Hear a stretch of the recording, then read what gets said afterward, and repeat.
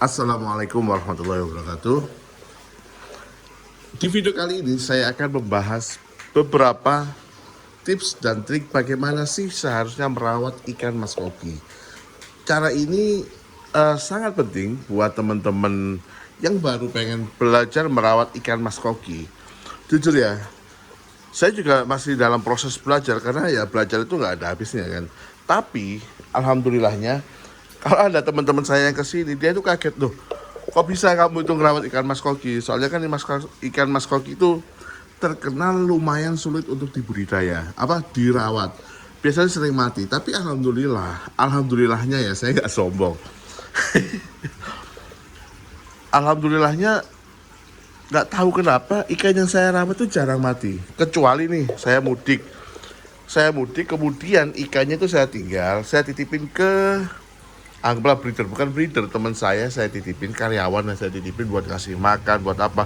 Itu biasanya ada aja yang mati. Seperti kemarin waktu saya pindah ke rumah saya ini, itu ada sekitar 30 ekor lebih ikan saya itu mati cuy. 30 ekor loh, gak sedikit itu. Itu rata, aduh, itu malah harganya juga lumayan. Agak nyesek ya. Oke, kita mulai dari mana ya? Ini kita random aja ya, karena ini emang nggak saya persiapkan khusus.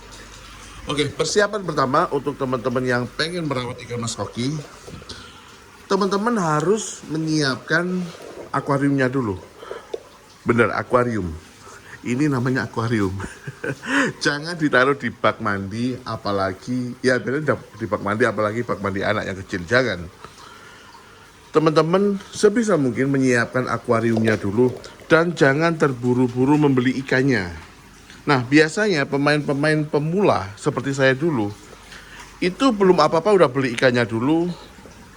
Terus setelah beli ikan baru mikir gimana akuariumnya. Nah, itu kalau menurut saya udah bener tapi kurang tepat gitu. Saran saya, teman-teman siapkan akuariumnya dulu. Teman-teman harus juga tahu mau buat akuarium ukuran berapa, disesuaikan sama kondisinya. Di kondisi rumahnya, akuariumnya tingginya berapa, lebarnya panjangnya berapa, tingginya berapa, lebarnya berapa. Karena apa? Biasanya pemain pemula itu ya udah kecil aja cukup gitu. Kalau itu asal buat akuarium saya itu dulu ada 4 apa 5, saya kasihkan orang. Sekarang hanya nyisa ini. Ini pun dulu saya buatnya itu asal buat aja, tiba-tiba saya buat besar gitu kan. Ini kan 160, ini lumayan besar. Saya pasin di lantai 2. Jadi ini ngerakit di lantai 2 waktu itu. Nah, kesalahan saya tuh nggak menghitung nanti gimana kalau turunnya. Alhasil kemarin pas waktu pindahan, waduh, menurunkan ini di tangga itu, waduh, setengah mati banget. Makanya saya buat teman-teman persiapkan dulu tempatnya, baru diukur akuariumnya, baru membuat akuarium. Jangan beli ikannya dulu. Ingat, jangan beli ikannya dulu. Oke, tadi akuarium sudah. Kedua, pikirkan filtrasi apa yang mau teman-teman buat.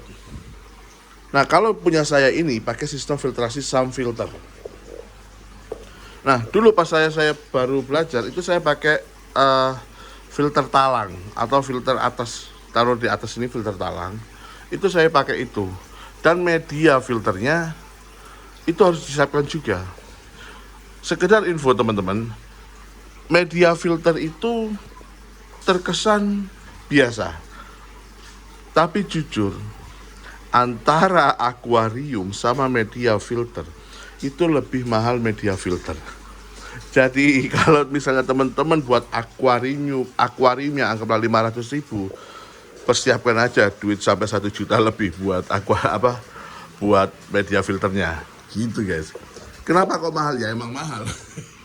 Media filter untuk menghasilkan air yang jernih, mau nggak mau, media filter itu kita harus pakai yang terbaik gitu.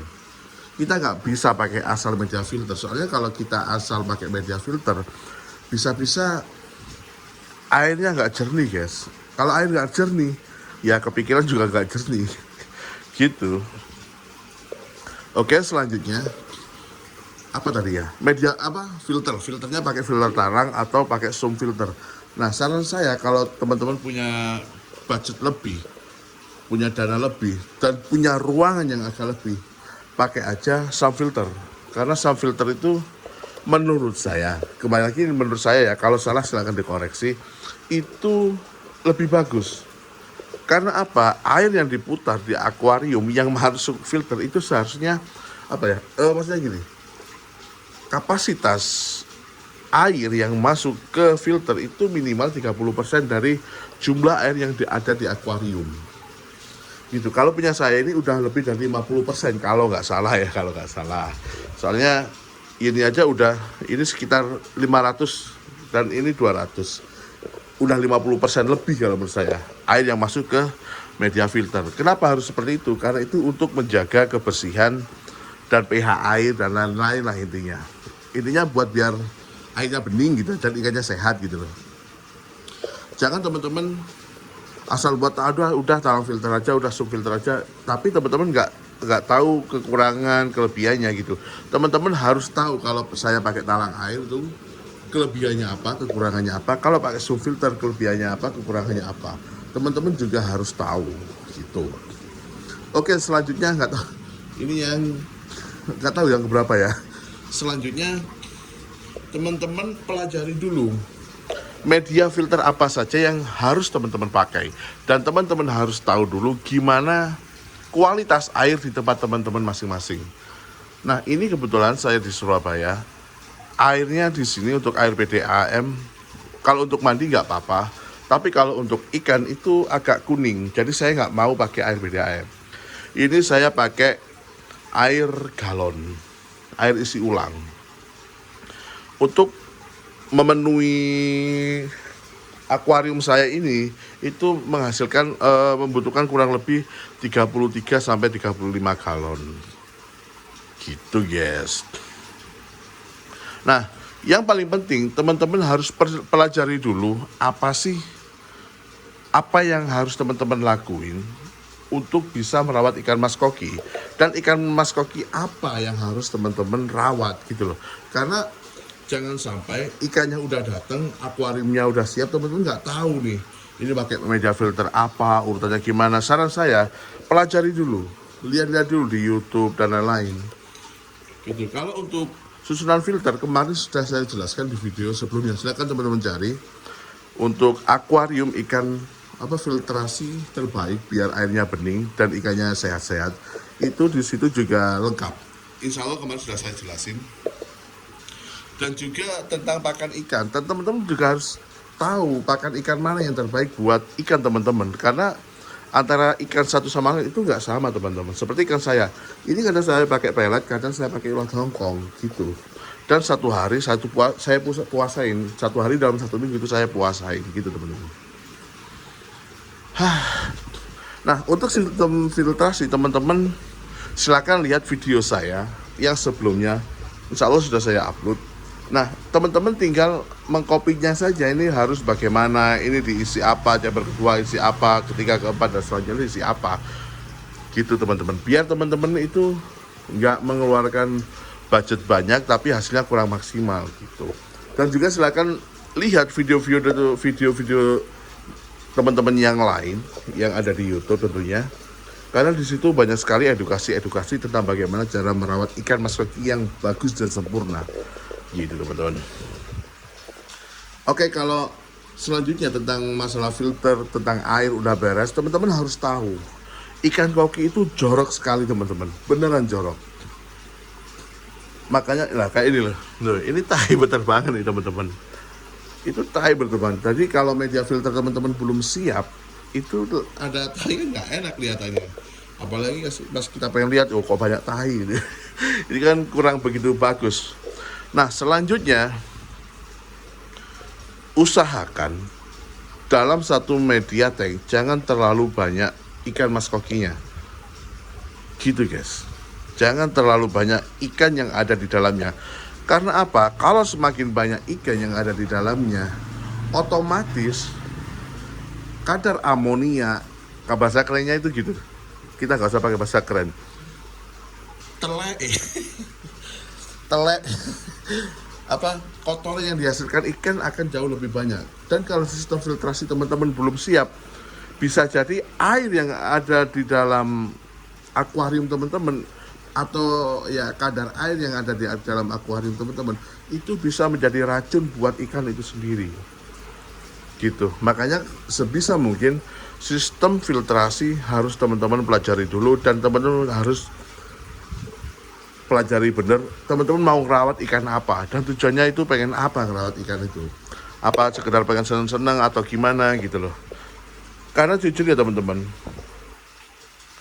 sebenarnya dalam merawat ikan itu yang paling penting yang harus kita tahu itu tentang gimana kita merawat air. Jadi kalau airnya udah beres, masalah ikan, wah ikan apa aja udah beres gitu loh. Ya kan, kalau lihat ikan gini kan bagus kan. Nah, saran saya pelajari dulu, jangan buru-buru, tetap santai aja, santai, slow. Penjual ikan nggak kemana-mana kok, yang kemana-mana itu nanti pemikiran kita. Nah, teman-teman kalau bisa harus dipetakan, saya harus buat akuarium ukuran segini, nanti setelah itu saya buat filter talang atau buat zoom filter, setelah itu medianya ini aja, kemudian airnya, saya lihat airnya pakai air apa, terusan kemudian lampu. Untuk lampu sendiri saya pakai lampu main ya teman-teman, karena itu bagus dan juga lumayan harganya.